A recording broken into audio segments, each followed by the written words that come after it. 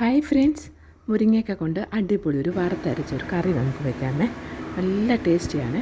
അതിനായിട്ട് മുരിങ്ങയ്ക്ക ചെറിയ കഷ്ണങ്ങളാക്കി എടുത്തിട്ടുണ്ട്. അതിനുശേഷം തേങ്ങ വറുത്ത് നമ്മൾ ആദ്യമേ അത് റെഡിയാക്കി വെക്കണേ. തേങ്ങ വറുത്ത് അരച്ച് വെക്കണേ. എന്നാൽ നമുക്ക് ലാസ്റ്റ് ആകുമ്പോഴത്തേക്ക് നമുക്ക് അത് എളുപ്പം ചെയ്യാൻ നോക്കുവേ. അത് കഴിഞ്ഞിട്ട് ഒരു തവ വെച്ചു.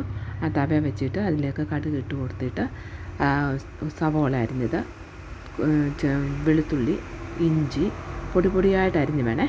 അതും ഇട്ട് കരിവേപ്പില ഇട്ട് നല്ലതുപോലെ വഴറ്റിയെടുക്കണം.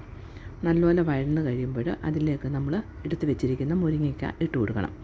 ആ മുരിങ്ങക്കായും കൂടെ ഒന്ന് വഴറ്റിയിട്ട് നമ്മൾ അതിലേക്ക് മഞ്ഞൾപ്പൊടി, മുളക് പൊടി, പിന്നീട് ഗരം മസാല എല്ലാം സ്വല്പം ഇട്ടാൽ മതിയേ. ഇച്ചിരി ഒരു 1/4 ടീസ്പൂൺ അങ്ങനെ ഇട്ടാൽ മതി. മല്ലിപ്പൊടി, ഇച്ചിരി ജീരകത്തിൻ്റെ പൊടി, ഇതെല്ലാം കൂടി ഇട്ടിട്ട് നമ്മൾ ഇച്ചിരി പുളി പിഴിഞ്ഞ് വെച്ചിട്ടുണ്ട്. ഈ പുളിയില്ലേ, അതിങ്ങനെ വെള്ളത്തിൽ ഇട്ട് വെച്ചിട്ട് ആ വെള്ളം നമ്മൾ ഇതിലോട്ട് ഒഴിച്ചു കൊടുക്കണം.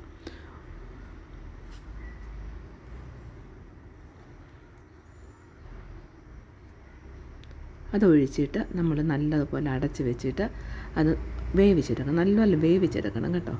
അത് വെള്ളം വേണമെങ്കിൽ കുറച്ചുകൂടി ഒഴിച്ചു കൊടുക്കാം. ഒഴിച്ചിട്ട് അത് ചെറുതീയിൽ വെന്ത് വരണം. നല്ലതുപോലെ വെന്തതിന് ശേഷം വേണം നമ്മൾ തേങ്ങ അരച്ചത് ചേർക്കാനായിട്ട്. തേങ്ങ അരച്ച് ഒത്തിരി നേരം നമുക്ക് വെച്ചേക്കേണ്ട കാര്യമില്ലേ.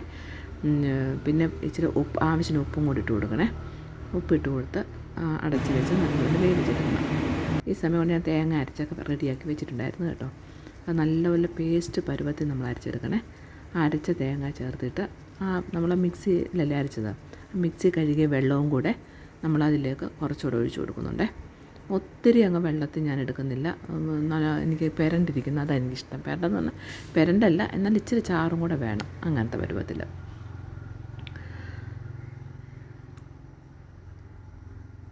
രണ്ട് കരിവേപ്പിലയും കൊണ്ടിട്ട് കൊടുത്തു. എല്ലാം വെന്ത് കഴിഞ്ഞിട്ട് ഇപ്പോൾ റെഡിയായി. ഈ കറി റെഡിയായിട്ടുണ്ടേ.